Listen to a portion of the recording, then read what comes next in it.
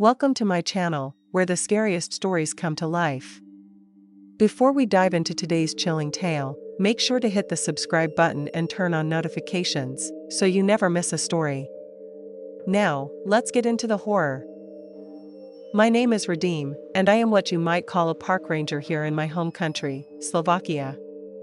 I'm writing to you because I want to explain something that is happening in my country, specifically in one particular area. For some backstory, Slovakia is a country in the middle of Europe. The biggest mountains here are the Carpathian Mountains, and Tribec is part of the Carpathians. Tribec is a relatively small and not very high mountain range in the shape of a triangle, located in the western part of the country. There are some very dangerous tall mountains here in Slovakia, like the Tatra Mountains. These are dangerous due to bad weather, rock slides, and wild animals. Tribec is not like that. The climate is moderate, with no tornadoes or earthquakes. It looks like a calm, normal place, but it's not calm, and it's not normal. For some, Tribec is a very dangerous place. There is a whole series of missing people in Tribec, people whose bodies have never been found.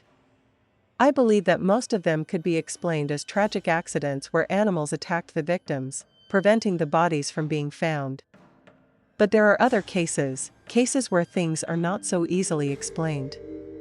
The Tribec disappearances have become a sort of meme or urban legend here in Slovakia, almost like the Bermuda Triangle.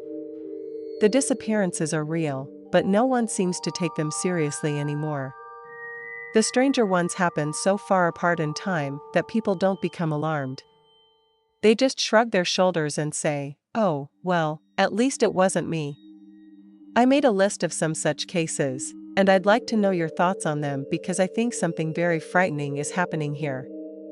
On the way back in 1929, a man named Mr. A. Samsoli went missing on a snowy November day. He had told a neighbor that he wanted to go for a walk and then never came back. The heavy snow made it impossible to search for him properly until the spring, but by then it was too late. He had completely disappeared, and no body was ever recovered.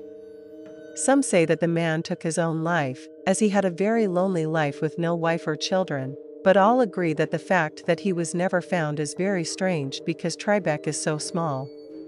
Then in 1939, a man named Walter Fisher went missing.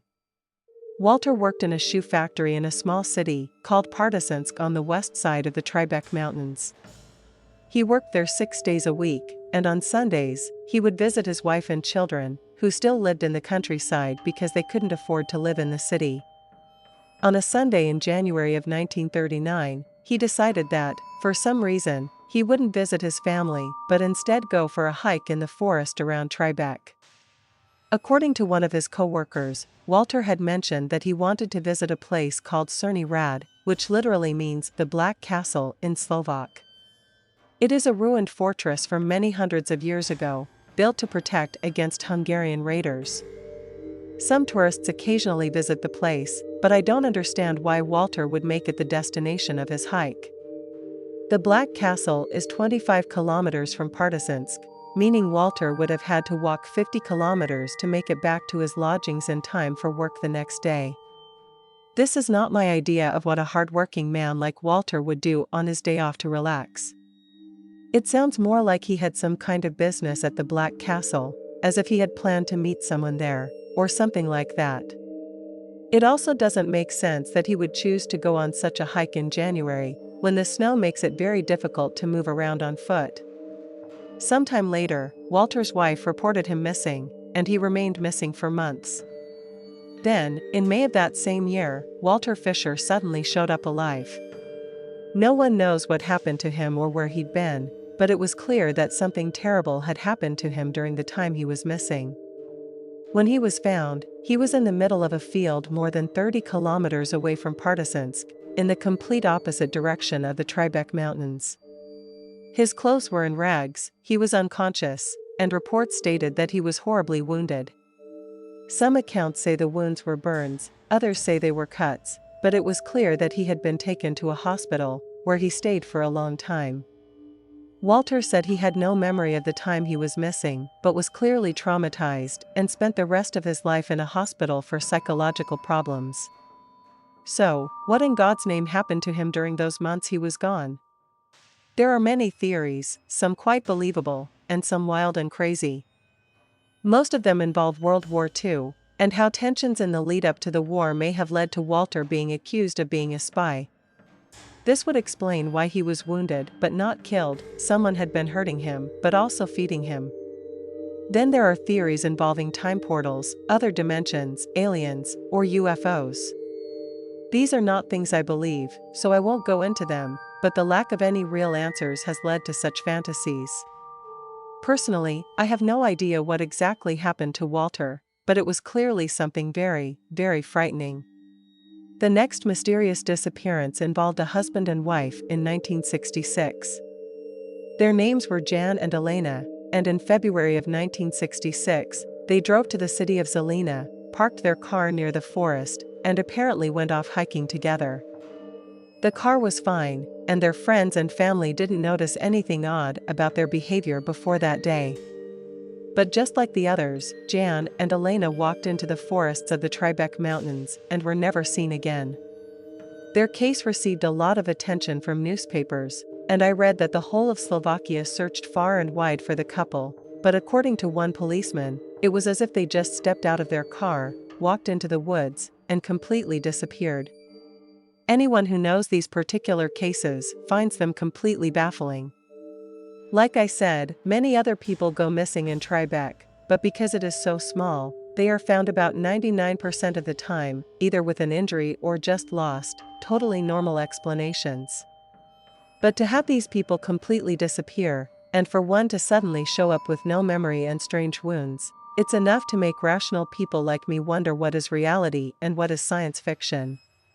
It's also very frustrating for me because not many people outside of Slovakia know about the Tribec missing people, and those that do assume they are just campfire stories due to the Slovak shrug shoulders attitude towards them. I'm sure there is a normal explanation for what has happened to these people, but I cannot see it, and that's why I'm trying to get this story to as many English language media as I can. Maybe, if enough light is shed on it, the mystery will finally be solved. Many years ago, I used to work up in Alaska as a member of the Park Services. One day, we received a call about some illegal dumping on one of the local trails, so myself and another employee went out to check it out. We were fairly deep into the trails. Not too many people were around, except for a few joggers when we came around a turn on the path. As we were walking, my partner looked into the woods and said, "What in the world? There's a guy there." About 20 yards away, there was a white man with longish hair crouched behind a bush, just kind of staring at us. The man noticed that we had seen him, and he immediately stood up and stretched out his arms in the air like he was just enjoying the day. He actually approached us, and it turns out the man I was with knew him. He was a local builder or owned a construction company. In fact, he had built a deck for my friend the year prior. After they said their hellos, the man mentioned that he had just stepped off the path for a moment to take a leak. It was kind of strange, though, because we had seen him, and that definitely wasn't what he was doing. But he wasn't acting suspicious, and my friend knew him, so after making sure he wasn't illegally dumping or doing anything else suspicious, we started walking back. He walked with us for a while. A few years later, I heard that the man we had seen had been arrested. Apparently, there had been some sort of altercation with a girl at a coffee shop, or so I had initially been told, and he had shot her in a robbery and was under arrest for murder. The truth was even more bizarre. The man, Israel Keys, was a serial killer who had actually abducted, tortured, and murdered the girl. After being arrested, it was revealed that he had been traveling around the country, randomly murdering people for years.